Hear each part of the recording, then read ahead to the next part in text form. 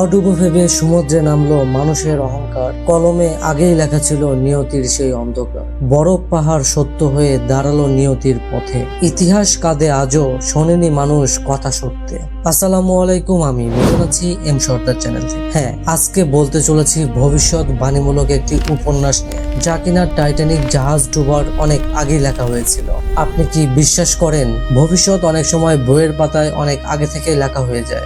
আজ আমি আপনাদেরকে এমন একটি সত্য ঘটনা বলবো যা শুনলে আপনার গা শিউরে উঠবে। এই গল্প টাইটানিকের গল্প, কিন্তু টাইটানিক ডুবার অনেক আগের গল্প। সাল 1912, এপ্রিল মাস।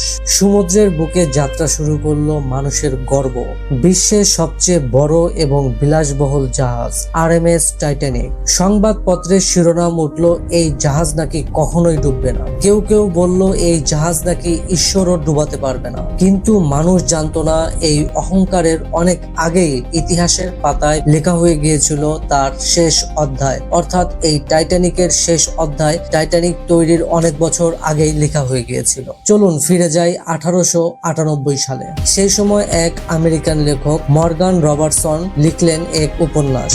বইটির নাম ছিল the rake of the Titan. শুনে সাধারণ গল্প মনে হতে পারে, কিন্তু ঠিক এখান থেকে শুরু হয় রহস্য। এই উপন্যাসে যে জাহাজের কথা বলা হয়েছিল সেই জাহাজের নাম ছিল টাইটান। ভালো করে খেয়াল করুন, জাহাজটির নাম ছিল টাইটান। ঠিক যেন টাইটানিক জাহাজের নামের অনুকরণ করেই নামটি রাখা হয়েছিল অনেক আগে থেকে। গল্পে বলা হয়েছিল এই টাইটান জাহাজটিও নাকি বিশাল আকৃতির এবং বিলাসবহুল, এবং যা ছিল অডুবো, ঠিক যেন টাইটানিক জাহাজের মতোই। কারণ টাইটানিক জাহাজ যখন সমুদ্রে নামানো হয় তার পূর্বে বলা হয়েছিল এটি অডুবো একটি জাহাজ, এটি কখনোই ডুববে না। গল্পে বলা হয় এপ্রিল মাসে টাইটান এই জাহাজটি পাড়ি দিচ্ছিল সমুদ্রের পর। ঠিক তখন অন্ধকার রাতে বরফ পাহাড়ের সঙ্গে ধাক্কা খেয়ে ডুবে যায় সেই টাইটান জাহাজটি। অর্থাৎ উপন্যাসের যে টাইটান জাহাজটির কথা বলা হয়েছে সেই জাহাজটি ডুবে যায় বরফের ধাক্কা লেগে। এখন একটু থামুন এবং ভাবুন, কারণ বাস্তবে 1912 সালে এপ্রিল মাসে টাইটানিক জাহাজটি বরফের পাহাড়ের সঙ্গে ধাক্কা লেগে ডুবে যায়, কিন্তু উপন্যাসে বলা হয়েছে টাইটান জাহাজের কথা 1898 সালে। এত বছর আগে একজন লেখক কিভাবে ভবিষ্যৎবাণী করতে পারে তার উপন্যাসে? এটি কি শুধুই কাকতালীয়, নাকি এর মধ্যে আছে কোনো রহস্য? আরেকটি অদ্ভুত ঘটনা হলো টাইটান জাহাজের মধ্যে অসংখ্য লাইফ বোট ছিল না। ঠিক লক্ষ্য করুন, যেমনটা টাইটানিক জাহাজের মধ্যেও ঘটেছিল। টাইটানিক জাহাজ যখন ডুবেছিল তার মধ্যে অসংখ্য লাইফ বোট ছিল না। ফলাফল 1500-র বেশি মানুষের মর্মান্তিক মৃত্যু। উপন্যাসের পাতায় টাইটান জাহাজের দৈর্ঘ্য বলা হয় 800 ফুট। বাস্তবে টাইটানিক জাহাজের দৈর্ঘ্য ছিল 882 ফুট। এতটা মিল কিভাবে সম্ভব? টাইটানিক জাহাজ ডুবে যাওয়ার পর মানুষ এই বইটির কথা বারবার মনে করতে শুরু করে।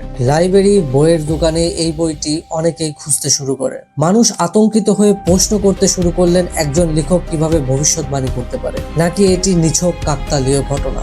লেখক মর্গান রবার্টসন পরে বলেছিলেন, আমি জাহাজ নির্মাণ সম্পর্কে জানতাম, তাই যুক্তি এবং অভিজ্ঞতা দিয়েই আমি এই উপন্যাসটি লিখেছিলাম। কিন্তু মানুষের মন মানেনি, কারণ মিলগুলো ছিল খুবই অদ্ভুত, নিখুঁত। আরো একটি আশ্চর্যজনক ঘটনা হলো টাইটানিক শুরুর আগে অনেক যাত্রী তাদের টিকিট বাতিল করেছিলেন। টিকিট বাতিল করার জন্য কারণ হিসেবে তারা দেখিয়েছিলেন তারা অদ্ভুত এক স্বপ্ন দেখেছেন। কেউ আবার বলেছেন মনের ভিতর ভালো লাগছিল না, কিন্তু তখন কারোর কথাই গুরুত্ব পায়নি। এই ঘটনার পর ইতিহাস যেন আমাদের একটি কথাই বলে, অহংকার যখন সীমা ছাড়ায়, প্রকৃতি তখন নীরবে নিজের জবাব প্রস্তুত রাখে। টাইটানিক শুধু একটি জাহাজ নয়, এটি মানুষের আত্মবিশ্বাস, অহংকার এবং অবহেলার প্রতীক। আজও আটলান্টিকের সেই গভীরে ডুবে আছে টাইটানিক, আর সেই সাথে একটি বই যা আমাদের মনে করিয়ে দেয় কখনো কখনো ভবিষ্যৎ আগে থেকেই লেখা থাকে, কিন্তু মানুষ পড়তে শিখে অনেক দেরিতে। আপনার কাছে কি মনে হয়, লেখক কি আগে থেকেই ভবিষ্যৎবাণী জানতো, নাকি এটি শুধুমাত্র একটি কাকতালীয় ঘটনা? আপনার মতামত কমেন্টসে জানাবেন। ভিডিওটি ভালো লাগলে লাইক, কমেন্টস এবং শেয়ার করবেন। এই ধরনের রহস্যময় ঘটনা জানতে আমার চ্যানেলটি সাবস্ক্রাইব করে পাশেই থাকবেন। দেখা হবে পরবর্তী কোনো ভিডিওতে। আল্লাহ হাফেজ।